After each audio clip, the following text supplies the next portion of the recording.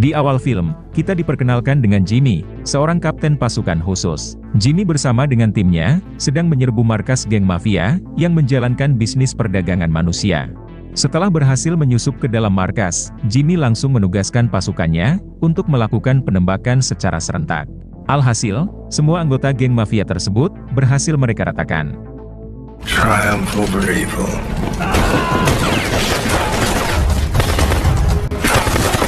Namun tanpa disangka, puluhan sandera yang dikurung di dalam sebuah ruangan tertutup juga tewas menjadi korban dari tembakan beruntun pasukan Jimmy. Kejadian tragis ini tentu membuat Jimmy sangat terpukul, sedih dan menyesal. Meskipun kejadian ini terjadi karena ketidaksengajaan, tapi tetap saja Jimmy menyalahkan dirinya. Sampai pada akhirnya, Jimmy memutuskan pensiun menjadi kapten pasukan khusus. Kemudian Jimmy mengembara ke Asia untuk mencari pencerahan hidup. Sampai suatu hari, hati Jimmy terketuk untuk menjadi Buddha dan mendalami ilmu bela diri. Pada adegan lain, kita dibawa ke kota Mongla. Kota kecil di perbatasan Cina, dengan tingkat kriminalitas yang sangat tinggi. Para bandit kelas teri, hingga para bandit kelas atas, bersarang di kota kecil ini. Mereka menjalankan berbagai bisnis ilegal, mulai dari bisnis barang haram, hingga bisnis perdagangan manusia.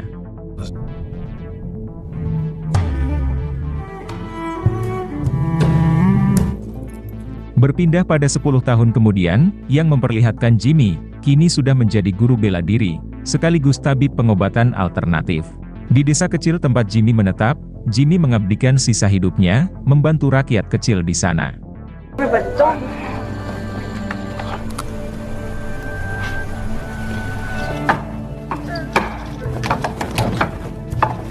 Kemudian, kita diperkenalkan dengan Tony, sahabat seperguruan Jimmy. Tony juga seorang guru bela diri, yang menetap di kota perbatasan, yaitu kota Mongla. Tony datang mengunjungi Jimmy, untuk membawa kabar kurang menyenangkan, terkait kesehatan guru mereka. Guru mereka yang berumur 95 tahun, kini sedang sakit parah. Maka dari itulah, Tony mengajak Jimmy, untuk menjenguk si guru, minggu depan. Mendengar hal tersebut, tentu Jimmy setuju, menerima ajakan Tony. Mengingat, sudah hampir 3 tahun, Jimmy tidak mengunjungi gurunya itu. Karena Jimmy disibukkan, membantu rakyat kecil di desa ini. Sifu gave your mother the entire... No?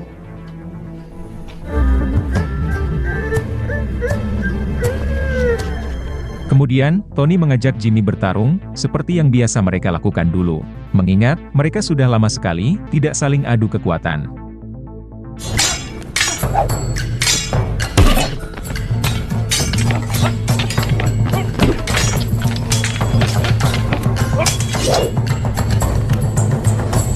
Selesai bertarung, Tony lantas memberikan kartu alamat klub malam yang Tony kelola. Tony meminta Jimmy menemuinya di klub malam tersebut minggu depan. Setelah itu, barulah mereka berdua akan berangkat mengunjungi guru besar mereka. Di padepokan bela diri Jimmy, ternyata ada seorang bocil bisu yang diketahui bernama Chen. Asisten Jimmy memberitahu, seluruh keluarga Chen telah dihabisi oleh geng mafia di kota Mongla, tepat di depan mata Chen sendiri. Kejadian tersebut membuat Chen trauma, sehingga ia mengalami kebisuan. Mendengar hal tersebut, Jimmy pun merasa iba kepada Chen, sekaligus merasa miris dengan tingkat kejahatan di kota Mongla. No one can stop them. Lalu di malam harinya, Jimmy bermimpi didatangi seorang wanita berparas cantik. Wanita tersebut menyuruh Jimmy menggunakan ilmu bela dirinya untuk membasmi segala bentuk kejahatan.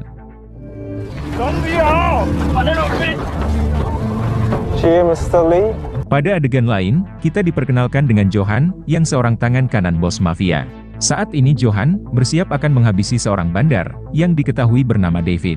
Dikarenakan David tidak mampu membayar hutangnya, yang berjumlah $1 juta, kepada si bos mafia. Saat akan dihabisi, David pun memohon, agar dirinya diampuni. Apabila ia diampuni, David berjanji, akan menyerahkan seorang gadis spesial, yang bisa mengobati segala penyakit.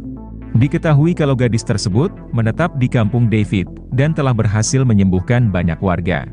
Mendengar hal tersebut, Johan pun batal menghabisi David.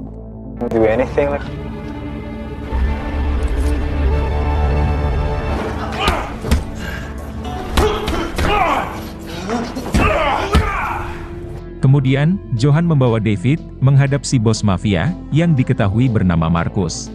Markus mengatakan, apabila gadis yang dimaksud oleh David bisa menyembuhkan penyakit Markus, maka Markus berjanji akan menghapus hutang David yang berjumlah $1 juta. Namun sebaliknya, apabila gadis tersebut gagal, maka Markus akan menghabisi David. My gifts. Thank you. Ternyata Markus mengidap sebuah penyakit langka. Segala jenis pengobatan sudah Markus terapkan, namun ia tak kunjung sembuh juga. Markus sangat berharap wanita yang diceritakan oleh David dapat menyembuhkan penyakit langkanya tersebut.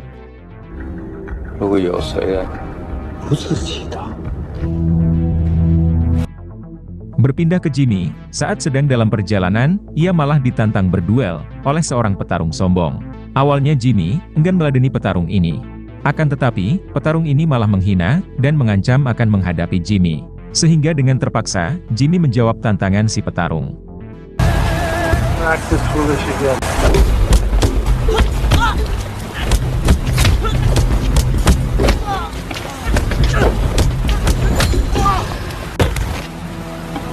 Hanya dalam durasi singkat, Jimmy mampu mengalahkan petarung yang bernama Jack ini. Alhasil, Jack malah memohon kepada Jimmy agar direkrut menjadi muridnya.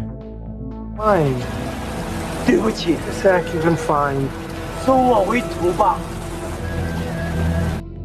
Berpindah ke gadis spesial yang dimaksud oleh David, dan ia bernama Sarah. Saat sedang dalam perjalanan, Sarah menyadari ia sedang dibuntuti. Ternyata yang membuntuti Sarah adalah Johan dan anak buahnya. Sampai pada akhirnya, mereka berhasil menculik Sarah.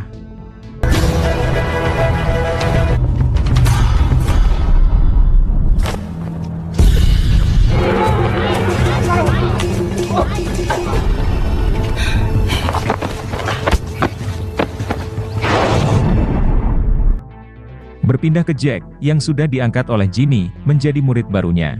Di padepokan tersebut, Jack bertugas membantu Jimmy mengobati para warga lokal. And see. Strong. Tell me what. Brave. Pada malam harinya, Jimmy kembali bermimpi, didatangi si wanita berparas cantik, yang ternyata adalah Sarah. Sarah berbisik kepada Jimmy, untuk segera mendatangi dirinya, untuk menumpas kejahatan. The many you could not save will come to me. Di keesokan harinya, Jimmy dikunjungi oleh seorang pria, yang diketahui bernama Barry. Barry datang dari desa lain, untuk meminta bantuan Jimmy, dalam menyelamatkan puluhan gadis di desanya, yang telah diculik oleh geng mafia. Geng mafia brutal tersebut, dipimpin oleh Markus, dan juga tangan kanannya, yaitu Johan. Salah seorang gadis yang mereka culik, adalah putri Barry sendiri, yaitu Sarah. Barry lantas menjelaskan kepada Jimmy, perihal putrinya yaitu Sarah, yang memiliki kemampuan khusus, bisa menyembuhkan penyakit langka. Barry memohon kepada Jimmy, untuk menyelamatkan putrinya, berikut dengan puluhan sandera lainnya. Barry sangat yakin, Jimmy pasti bisa kapten menyelamatkan mereka. Mengingat, Jimmy adalah mantan pasukan khusus. Namun Jimmy yang sudah berjanji, tidak akan membunuh lagi, meski untuk alasan kebaikan, terpaksa menolak membantu Barry. Mendengar hal tersebut, Barry pun sangat kecewa. Karena Jimmy menolak membantunya, Barry berniat mendatangi kota Mongla, untuk menyelamatkan putrinya seorang diri. Vlad. It's not about money. I can do this. Melihat Barry dan kedua putrinya menangis, Jimmy pun merasa iba, dan pada akhirnya setuju, untuk menyelamatkan Sarah. Meskipun itu berarti, Jimmy harus melanggar janjinya, yang tidak akan membunuh lagi. Kemudian, Jimmy memberikan foto Sarah kepada Jack. Akhirnya Jack sadar, kalau wanita berparas cantik, yang kerap mendatanginya di dalam mimpi, ternyata adalah Sarah. Yang dimana Sarah, meminta Jimmy memanfaatkan kekuatannya, untuk membasmi kejahatan. Berpindah ke Sarah, yang dibawa menghadap Markus. Markus langsung menjelaskan kepada Sarah, perihal penyakit langka, yang Markus derita sejak lama. Yang dimana Markus, tidak bisa terpapar sinar matahari. Apabila Markus terkena sinar matahari, Markus akan mengalami kesakitan yang luar biasa. Sejauh ini, tidak ada satupun dokter, ataupun dukun, yang mampu menyembuhkan penyakit langka Markus tersebut. Markus sangat berharap, Sarah bisa menyembuhkan dirinya. Apabila Sarah menolak, Markus mengancam, akan menghabisi ayah, dan kedua adik perempuan Sarah.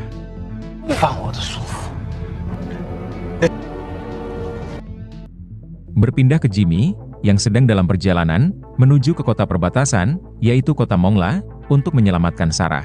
Kota Mongla adalah kota, yang menjadi sarang para bandit, termasuk geng mafia Markus. Setibanya di kota Mongla, Jimmy melihat dua orang preman yang berusaha menculik seorang gadis kecil. Jimmy yang melihat hal tersebut, tentu tidak akan tinggal diam begitu saja. Alhasil, seorang preman tewas di tangan Jimmy. These categories do you fall under? Seorang preman yang masih tersisa, berusaha untuk melarikan diri. Akan tetapi, Jimmy berhasil membuat posisinya terpojok. Kemudian, Jimmy bertanya kepada si preman, apakah ia tahu di mana alamat markas geng mafia Markus. Tapi bukannya menjawab, si preman malah memaki dan menghina Jimmy. Jimmy yang kesal, inilah yang ia perbuat.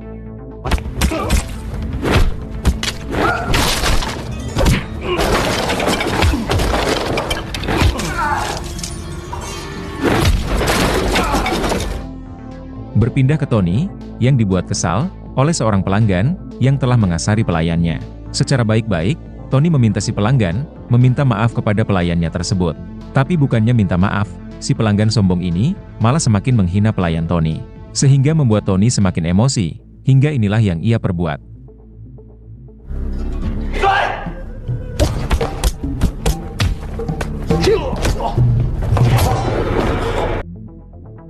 Si pelayan akhirnya mengaku ia telah mencuri uang si pelanggan, sehingga membuat si pelanggan marah dan malah memukulnya. Si pelayan ini mengatakan ia terpaksa mencuri uang si pelanggan untuk membiayai pengobatan putrinya. Mendengar hal tersebut, Tony merasa iba dan akhirnya bersedia menanggung biaya pengobatan anak si pelayan.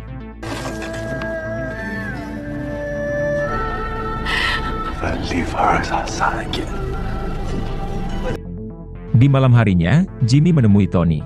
Kemudian, Jimmy bercerita terkait misinya, yaitu menyelamatkan Sarah dan puluhan sandera lainnya dari markas geng mafia Markus.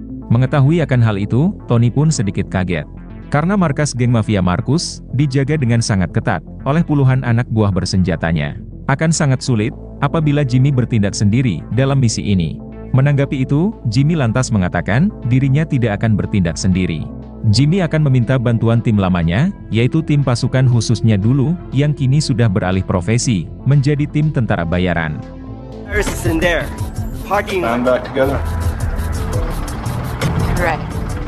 Mendengar hal itu, Tony akhirnya merasa lega. Kemudian, Tony memberikan Jimmy sebuah senjata kampak yang diwarisi oleh ayah Tony. Amazing. Setelah itu, mereka menjenguk sang guru, yang ternyata baik-baik saja. Ternyata si guru sengaja memalsukan penyakitnya sendiri, agar kedua murid kesayangannya ini datang berkunjung menjenguknya. Mengetahui akan hal itu, Tony dan Jimmy pun berjanji, mulai sekarang, mereka akan rutin menjenguk si guru.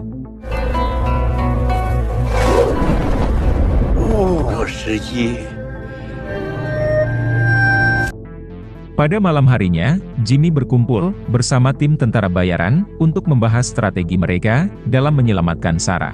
Jimmy menugaskan tim tentara bayaran berpencar, mencari tahu alamat markas geng Markus. Sementara Jimmy dan Tony akan memantau pergerakan Johan, yaitu tangan kanan Markus, guna mencari petunjuk. In and out. Pada malam harinya, Jimmy dan Tony memantau pergerakan Johan yang sedang menonton tarung bebas.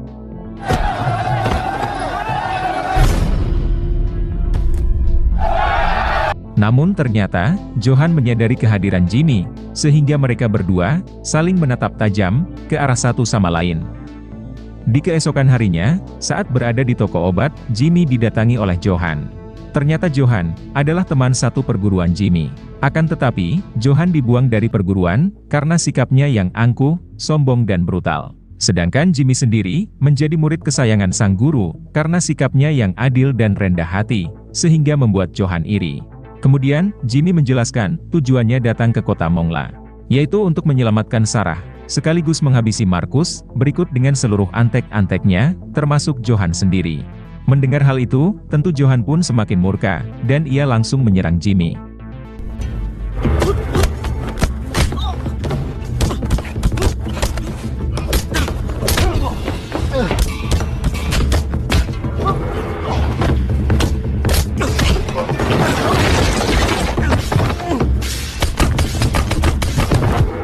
Namun hanya dalam waktu beberapa menit, Jimmy mampu membantai Johan. Kemudian, Jimmy kembali berkumpul dengan tim tentara bayaran yang telah berhasil menemukan alamat markas geng Markus. Mereka juga telah berhasil mencari tahu latar belakang Markus yang ternyata adalah seorang master bela diri. Salah seorang dari mereka bahkan telah berhasil menyusup ke dalam markas geng Markus yang ternyata berkedok sebuah klub malam. Setiap ruangan di dalam markas tersebut dijaga dengan sangat ketat oleh para anak buah Markus. Namun ada satu ruangan rahasia yang tidak bisa dimasuki oleh siapapun. Mereka menduga di ruangan itulah Markus menyandra Sarah. Setelah mengetahui info tersebut, Tony dan tim tentara bayaran akan mulai bertindak besok malam. That's the tribe. It's here. Guess all of it's the best. Exactly, it's our exit tribe. Berpindah ke Sarah, yang sampai saat ini tetap menolak mengobati Markus. Kemudian, Markus membawa 3 orang pria yang dulu pernah Sarah sembuhkan ketika mereka mengidap penyakit langka. Markus mengancam akan menghabisi mereka bertiga apabila Sarah tetap menolak mengobati Markus.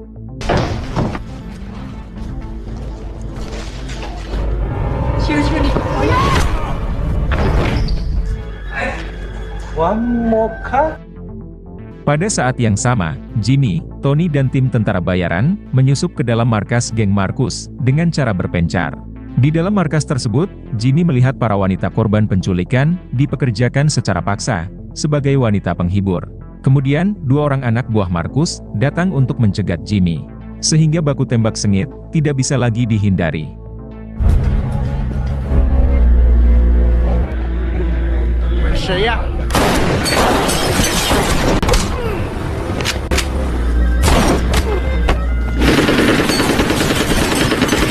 Sementara itu, Tony berduel dengan beberapa anak buah Markus.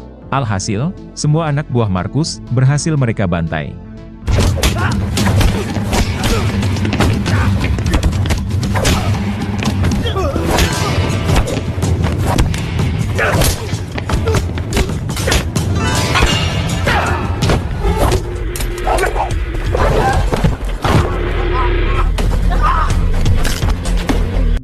Setelah itu, Tony berduel dengan Johan, yaitu tangan kanan Markus. Sampai pada akhirnya, Tony berhasil membantai Johan.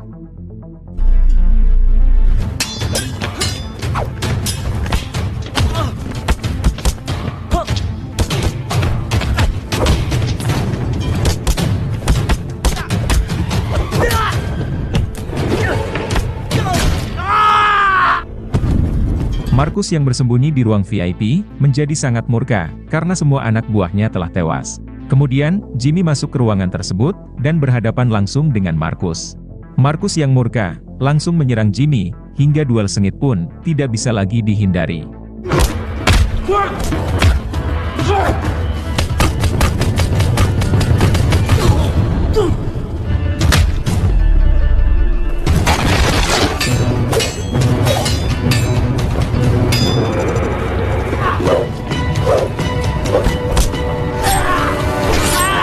Sampai pada akhirnya, Jimmy berhasil menyelamatkan Sarah, berikut dengan puluhan sandera lainnya.